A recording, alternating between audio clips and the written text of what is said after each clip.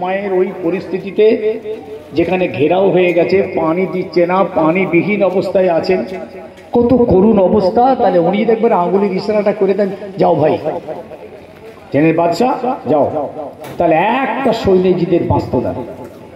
হযরতে ইমাম হুসাইন তার সৈন্যদৈন্য নিয়ে সুস্থভাবে মদিনায় ফিরে যেতে পারতেন। তাহলে কি লাভ হতো?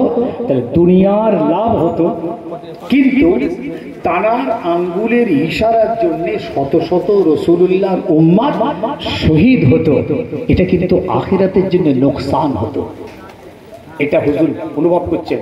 ইমাম হুসাইন চিন্তা করেন, এই রকম পরিস্থিতির মাঝখানে দাঁড়িয়ে দুনিয়া আর আখিরাত দুটো পাশাপাশি দাঁড়িয়েছে, উনি দুনিয়াকে গ্রাহ্য করলেন না, আখিরাতকে গুরুত্ব দিলেন।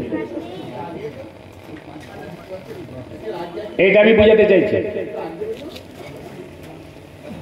উনি দুনিয়াকে প্রাধান্য দিলেন না, আখিরাতকে গুরুত্ব দিলেন।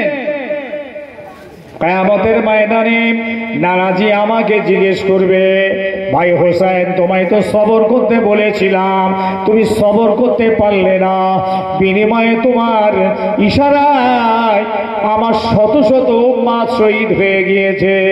না না, এটা আমি বড় লজ্জিত হয়ে যাব। আখিরাতে নোকসান করা যাবে না, দুনিয়ার নোকসান হয় হোক।